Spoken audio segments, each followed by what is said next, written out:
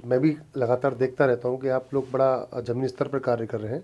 आप नए माध्यम के माध्यम से आईपा को, और आईपा एक ऐसा प्लेटफॉर्म है जो कि मैं देखता हूँ सामाजिक कार्य को करते करते एक शुद्ध पत्रकारिता जो कि आज के समय में बड़ा अभाव है, और आप उसको पूर्ण योगदान से कर रहे हैं। मुझे इस बात से बड़ा हर्षित हूँ मैं आपसे। राजनीति जो होनी चाहिए वो वोटिंग जो होनी चाहिए कस्टमर वोटर को अपने प्रगतिशील के अभाव से करनी चाहिए, ना कि किसी जाति धर्म विशेष समुदाय के हिसाब से करनी चाहिए। नमस्कार, मैं हूं अर्सला खान और आप देख रहे हैं आईपा। आईपा यानी all India progressive politics association. जैसा कि आप जानते हैं, आईपा का मकसद है देश में एक प्रगतिशील राजनीति को बढ़ावा देना, जो बात करता है जाति धर्म से हटकर विकास की राजनीति की, जो जनता की आवाज़ है, जो जनता की आवाज़ को सरकार तक पहुंचाना चाहता है।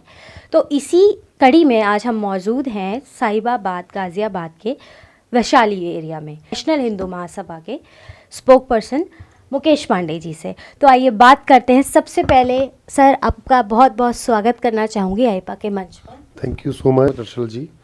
और मैं भी लगातार देखता रहता हूँ कि आप लोग बड़ा ज़मीनी स्तर पर कार्य कर रहे हैं। आप नए माध्यम के माध्यम से आईपा को, और आईपा एक ऐसा प्लेटफॉर्म है जो कि मैं देखता हूँ सामाजिक कार्य को करते करते एक शुद्ध पत्रकारिता जो कि आज के समय में बड़ा अभाव है, और आप उसको पूर्ण योगदान से कर रहे हैं। मुझे इस बात से बड़ा हर्षित हूँ मैं आपसे इस बात से। बहुत बहुत शुक्रिया मुकेश जी। इसके साथ हम जानेंगे कि जो आगामी चुनाव है सर से, जो साहिबाबाद गाज़ियाबाद में क्या कुछ विकास है, क्या कुछ सहयोग सरकार से मिला है 5 साल पौने 5 साल में, तो उस पर वार्तालाप करते हैं। सर, आपकी क्या राय है? देखिए, दो ही बात मैं आपको बताऊंगा। सरकार, मुख्यमंत्री जी बहुत अच्छा कार्य कर रहे हैं, योगी जी बहुत अच्छा कार्य कर रहे हैं, लेकिन ज़मीनी स्तर पर जो उनके प्रतिनिधित्व हमारे कर रहे हैं, जो विधायक हैं, जो सांसद हैं, वो जनता कहीं ना कहीं उनसे रूठी हुई है, क्योंकि वो ना ज़मीनी स्तर से जुड़े हुए कार्यकर्ताओं के साथ काम कर रहे हैं। वो एक फॉर्मेलिटी टाइप की है। आज जनता त्रहिमाम क्यों चिल्ला रही है भाजपा सरकार से?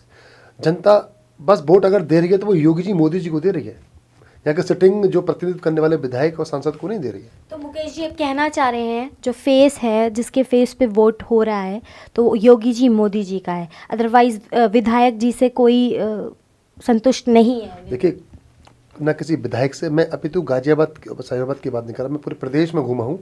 चूँकि मैं एक राष्ट्रीय संगठन का एक स्पोक पर्सन भी हूँ, तो मैं मथुरा, आगरा, अलीगढ़, पूर्वांचल पूरी जगह घूमा हूँ।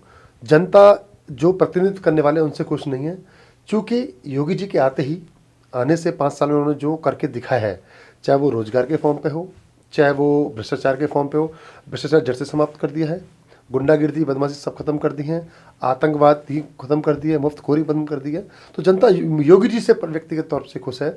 उन्हीं की वजह से माध्यम वो हैं, चूँकि ये फेस हैं, तो वोट हमें किसी प्रतिनिधि को करना पड़ेगा, और हम योगी जी को ही सपोर्ट करेंगे।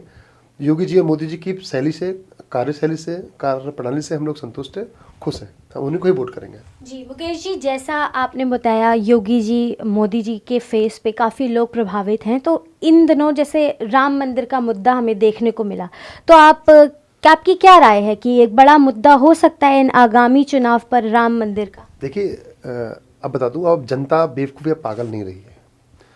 भारतीय जनता पार्टी ने हिंदू मुस्लिम करके, राम मंदिर अयोध्या करके जनता को लड़ाया, ठीक है। उच्चतम सर्वोच्च न्यायालय का फैसला है, सबने सह स्वीकार किया, सबने उसका सम्मान किया, और सब भाईचारे का सौहार्द बना के सब बैठे हुए हैं। लेकिन अयोध्या जो भाजपा बनाना चाह रही है, वो इस बार इस चुनाव में मुद्दा हो सकता है, लेकिन बहुत बड़ा मुद्दा इस बार वो इसको नहीं बना पाएंगे, क्योंकि जो गठबंधन हुआ है, गठबंधन बहुत अच्छी टक्कर दे रहा है। और जो सपा का, आरएलडी का ओम प्रकाश राजभर पहुंच गए हैं, उसमें कुछ बागी विधायक बीजेपी के वहाँ पहुंच गए, तो टक्कर देंगे। अब जो मामला, वो जो लहर थी, वो लहर जो सुनामी लहर थी, वो अब कहीं ना कहीं हवा के झोंकों में रह गई है, वो लहर अब दिखाई नहीं पड़ती है हिंदुस्तान। तो मुकेश जी कहना चाह रहे हैं कांटे की टक्कर है अभी ये सपा और बीजेपी के बीच, तो अभी टक्कर कांटे की है। अखिलेश जी बहुत बड़े बड़े वादे कर रहे हैं कि मैं बिजली मुफ्त दे दूंगा। एक बात बताइए, देखिए, हम सामान्य कार्यकर्ता हैं, हम किसी पार्टी विशेष से नहीं है, ठीक है। हम हिंदुत्व की बात करते हैं, हम हिंदुत्व से है। जब अखिलेश जी मुख्यमंत्री थे, जब उनको कुछ करना, तब तो कुछ कर नहीं पाए। भाई, जब तुम लाइट ही नहीं दोगे, फ्री बिजली का हम करेंगे क्या? आपके समय में आपने बिजली नहीं दी प्रदेश को, तो फ्री दे दोगे, क्या कर दोगे आप? अच्छा, ठीक है, ऊर्जा मंत्री जी हैं, आप यकीन मानिए ऊर्जा मंत्री जी हमारे मथुरा से विधायक हैं, और सबसे ज़्यादा शिकायत किसानों की गई हैं तो मथुरा से गई। लगभग 12,000 शिकायतें आदरणीय ऊर्जा मंत्री जी के खिलाफ लॉन्च हुई हैं। तो अब योगी जी ने दोबारा उनको टिकट दिया है। मुझे थोड़ा सा संशय लगता है कि वो इस बार वहाँ से विजय प्राप्त कर पाएंगे। मुकेश जी, एक चीज़ और जानना चाहेंगे, जैसे अभी लगातार आप देख रहे थे किसान आंदोलन चल रहा था, तो आपको क्या लगता है, आपकी क्या राय है कि वो भी एक बड़ा मुद्दा हो सकता है विधानसभा आगामी चुनाव पर? निश्चित तौर पर वो बड़ा मुद्दा होता अगर राष्ट्रीय लोकदल सपा के साथ गठबंधन नहीं कर दी तो। वजह बता दूं मैं आपको, जितने भी जाट आंदोलन था या ये किसान आंदोलन था, इसमें महत्वपूर्ण भूमिका जो थी वो पंजाब की, हरियाणा की और पश्चिमी उत्तर प्रदेश की थी, जिसमें राकेश टिकैत जी ने बहुत बड़ा रोल प्ले किया था।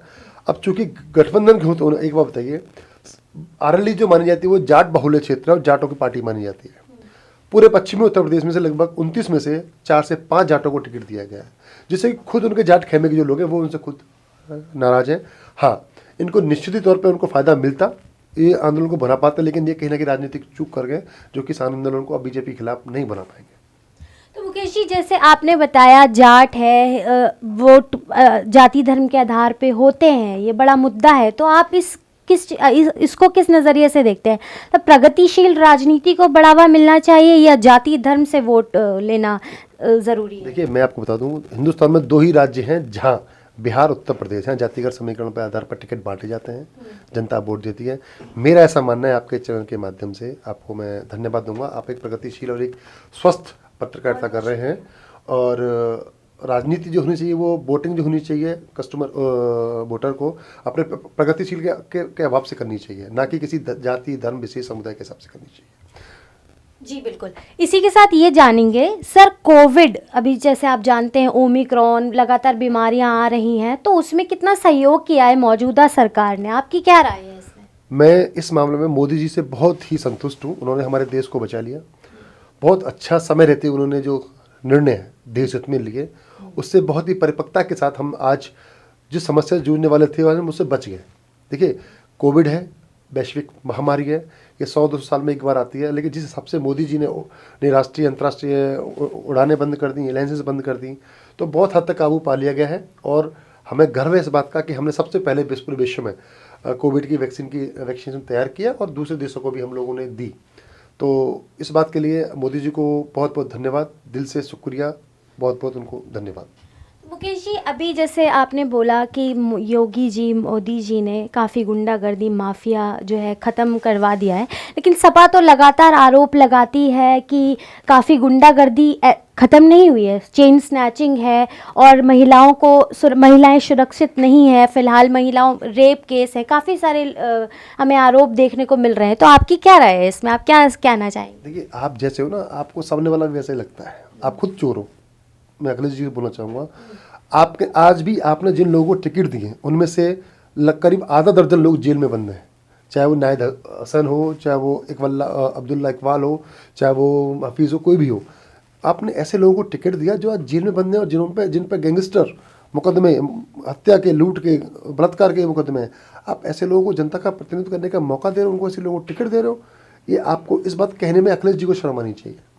इस बात से मैं आश्वस्त हूँ कि योगी जी के राज में ये गुंडागिर्दी, ये बदमाशी, देखिए पहले महिलाएं हमारी 8-9 बजे निकलना दोबारा होता था, आज महिला खुलेआम चल रही हैं। और आप कहते हो कि बीजेपी मुस्लिम विरोधी है, बिल्कुल नहीं है।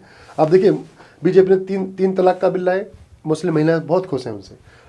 वोट दें ना दें, परसेंटेज क्या होगा ये मैं नहीं जानता, लेकिन ये सरकार है सबका साथ, सबके विकास के साथ पे काम कर रही है और अच्छा कार्य कर रही है। लेकिन खामियां क्या हैं, इनके जो लोकल नेता हैं, जो नेतृत्व कर रहे हैं, वो कहीं ना कहीं अपने उच्च स्तरीय टीम को, अपने हाईकमान को इनडायरेक्टली पीछे वाले दरवाजे से धोखा दे रहे हैं। वो उस तरह से संतुष्टि फैक्ट्री कार्य नहीं कर रहे। मुकेश जी, एक चीज़ मैं जानना चाहूँगी, जैसे आप देख रहे हैं आचार संहिता लागू है, ठीक है, तो उस पर रैलियां हैं, डिजिटल रैलियां हो रही हैं, तो क्या आपको लगता है कि सरकारों के लिए चुनौती है या फिर ये सही चीज़ है? देखिए, ये बहुत बड़ी चुनौती है, और चुनौती इसलिए है और नहीं हुई, 2 रीज़न है इसके। क्योंकि आज का युवा, आज का जनता बहुत अवेयर हो चुकी है, सोशल मीडिया की वैल्यू को समझ रही है। आप अपने आप को ले लीजिए, आपके माध्यम से लाखों हजारों लोग जुड़े हुए हैं, आप उनको संदेश दे रही हो, तो जनता एक्टिव है।